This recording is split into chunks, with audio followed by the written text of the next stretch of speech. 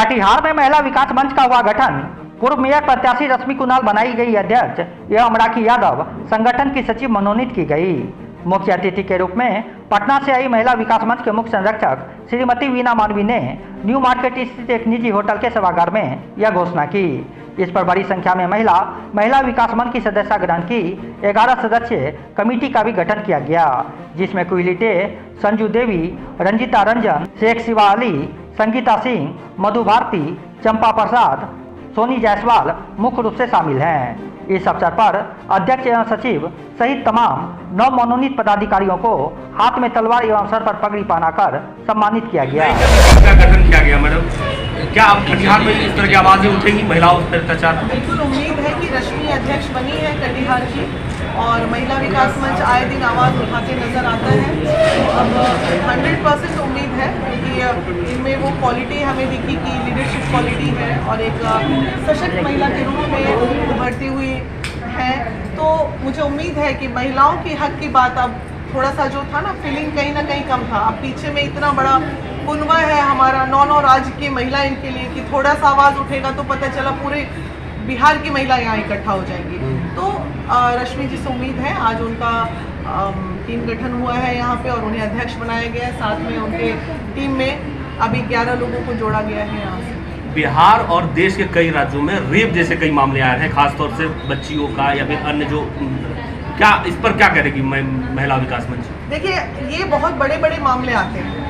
कुछ मामले जो है नज़र में नहीं आते हैं, जितने सोशल मीडिया या मीडिया में आ गए उसी पे हम बात कर रहे हैं। लेकिन ये इसके लिए इन तमाम चीज़ों के लिए कुछ केसेस, हर केसेस के अलग अलग पहलू पे होते हैं। रेप जो होते हैं ना, वो ऐसा नहीं है कि कहीं संकीर्ण मानसिकता के लोगों की वजह से होते हैं। हर रेप का एक अलग स्वरूप होता है। कोई बच्ची चराने खेत गई तो वहाँ हुआ वो संकीर्ण मानसिकता के लोग और घटिया मानसिकता, जहाँ अवेयरनेस नहीं है, जहाँ जागरूकता नहीं है कि भाई बच्चियों का सम्मान कैसे करना है। सरकार ने इस तरह का कोई अभियान नहीं चलाया, वो एक अलग स्टैंडर्ड के लोग होते हैं। उसके बाद दूसरा रेप केस का मामला जो आपको देखने को मिलता है वो मिलता है कि एक बच्चे हैं, कॉलेज में फ्रेंड्स हैं, अब एक लड़की कहीं प्यार और मोहब्बत में पड़ जा रही है, कुछ दिन बाद मानसिकता बन रहा है, दारू वारू पी के पता चला एक लड़की का कॉलेज के किसी स्टूडेंट के रूम में रेप हो गया। वो कैटेगरी दूसरे होते हैं, दे आर एजुकेटेड और वहाँ लापरवाही की वजह से होता है। तीसरा होता है कि वो क्रिमिनल माइंडेड लोग होते हैं, जैसे अभी हमारा मौमिता हत्याकांड जो हुआ वो वहाँ एक बड़ा मामला था। वहाँ ऐसा कोई मामला नहीं था, पढ़ी लिखी थी, एजुकेटेड लोगों के बीच में थी। वहाँ हमेशा लगा कि कुछ ऐसा बड़ा अपराधीजनक चीज़ें हो गई जो मौमिता को ख़त्म करना पड़ा। लेकिन हर रेप का एक अलग पहलू होता है, इसलिए कानून की चीज़ें कानून से ही हम सॉल्व कर सकते हैं। फॉल्स रेप के मामले बहुत आते हैं। फॉल्स रेप में तो भैया मत पूछो, लड़का लोग को भैया तुम लोग संभल जाओ, मत करो प्यार मोहब्बत, नहीं तो लड़की लोग आजकल 376 लगाने से बाज नहीं आती। इसलिए वो उसको हम रेप में अब 5 साल 1 साल 2 साल की चीजें शोषण हो सकता है भाई। हम चूंकि हम जिस समाज में रहते हैं ना, हम जिस संस्कृति में रहते हैं, वो हम इस चीज को नहीं समाज के बीच में ला सकते कि जाओ अफेयर करो, जाओ रेप करो, रेप केस करो, ऐसा नहीं कर सकते। किसी भी लड़की को अपनी सभ्यता, अपनी मर्यादा, अपनी चीज़ों को सोच समझ करें। 20 साल 22 साल माँ बाप का प्यार होता है, लड़कियां उसको छोड़ के 4 दिन के मोहब्बत पे भरोसा करके भाग जा रही हैं घर से। अब आप कहीं फिर आती है 5वां दिन हमारे पास कि मैडम रेप केस करेंगे। काहे के लिए करेंगे भाई? क्यों करेंगे? अपनी मर्जी से भागी हो।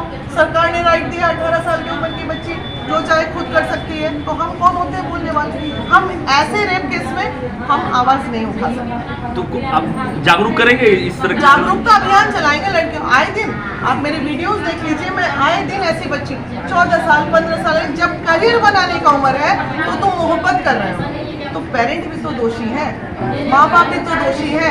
अब सब माँ बाप को जागरूक करें कि बच्चा को जागरूक करें, आप ही लोग पहले बताइए। कटिहार में एक बड़े मामले की बात कर रहे थे, कोई थानेदार है, ऐसा क्या है मामला? उस मामले पे बात करेंगे, बहुत बड़ा हाई प्रोफाइल मामला है वो। क्या है?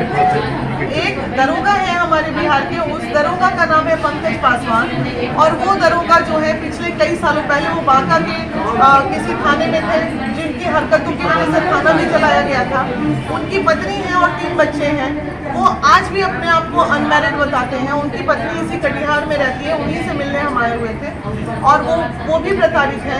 और उसके बाद वो जमुई में भी जाके एक लड़की को, कुमारी लड़की को अपने झांसे में फंसाते हैं, उसका शोषण करते हैं और उसके बाद अभी फिर एक नई लड़की को फंसाए हुए हैं और तमाम लड़कियों को अपनी बीवी कहते हैं, सेक्शन 9 भी लगा देते हैं कोर्ट में। तो ये पुलिसकर्मी इस मामले में अब ज़्यादा ही इन्वॉल्व हो रहे हैं। तो अरे भाई, पुलिसकर्मी क्यों ऐसा कर रहे हैं? तो फिर वो रेपिस्ट और ये खाकी वर्दी वाले पंकज पासवान जैसे लोगों में फर्क क्या रह गया, ये बताइए जरा। किस पे भरोसा करेंगे? रक्षक ही भक्षक बन गया ना, किस पे भरोसा करेंगे? तो इसलिए आवाज तो उठानी पड़ेगी। यहाँ हम आवाज उठाएंगे, जरूर उठाएंगे। क्या कहेंगे महिलाओं को? बहुत खुश है इस जिम्मेदारी से, क्योंकि ऐसा जिम्मेदारी अच्छा लगता है जो हम महिलाओं के लिए, महिला के हक के लिए कुछ करें, तो ये चीज़ सही है। ये चीज़ क्या अच्छा क्या है। क्या पहल होगी इसमें? पहल ये होगी कि हम घर से निकल के महिलाओं के घर घर जाके महिलाओं को जागरूक करेंगे और जो चीज़ उनके नॉलेज में नहीं है उस चीज़ को बताएं, उनको जानकारी दें कि वो सही ढंग से किस चीज़ का प्रयोग सही ढंग से कर सकते, कब कर सकते, या कुछ कमी है तो वो आके हमसे कहे तो उसका निवारण होगा। क्या लग रहा है कि घरेलू समस्या इस मंच तक पहुँचेगी? हाँ बिल्कुल, अगर जैसे हमारा ये चीज़, ये शिविर जैसे ये मंच के हम लोग जितने भी कार्यकारिणी सदस्य हैं जब एक्टिव होंगे तो सबका प्रॉब्लम ये होगा। और अभी तो महिला चाह नहीं है कि महिलाओं के लिए कोई कुछ बोले, अभी उनको प्लेटफॉर्म मिला नहीं है। अब मैं शुरू करूँगी। पब्लिक प्लेस पर अगर महिलाओं का शोषण होता है तो उसमें क्या, कैसे काम करेंगे? देखिए, सबसे पहले तो इसके लिए प्रशासन को मजबूत होना होगा। अगर प्रशासन अगर मजबूत रहे तो इस तरह की हरकत होगी ही नहीं। अब पब्लिक प्लेस की बात है तो अब मैंने भी देखा है, उसको समझा भी है, क्योंकि देखिए जब हम मार्केट जाते हैं ना तो क्या होता है कि कुछ ऐसे मनचले बोलिए या मानसिक विक्षिप्त आदि बोलिए, मानसिक विक्षिप्त लोग हैं जो मतलब अजीब सा कमेंटबाजी करते हैं या कहीं से बॉडी टच करने की कोशिश करते हैं, तो ये तो पब्लिक प्लेस ही है। तो इस तरह से अगर हम प्रशासन अगर टाइट रहे कि हम कहीं भी कंप्लेन करें उस समय उसको तुरंत बंद कर दे जेल में या उसको कड़ी से कड़ी सजा दे, तो ये चीज़ बंद होगा। पुरुष पर भी अत्याचार की बात कर रहे हैं आप? हाँ, ये बात सही है। ये शोषण सिर्फ औरतों क्या ही नहीं, पुरुष का भी होता है, लेकिन पुरुष बदनाम है। तो ये जो मेंटलिटी है ना, वो पता चल जाता है कि अगर हम जा रहे हैं कहीं और अगल बगल का हवा तो लग ही जाता है, तो औरतों की या मर्दों की जो मेंटलिटी है उससे पता चल ही जाता है कि कौन गलत है।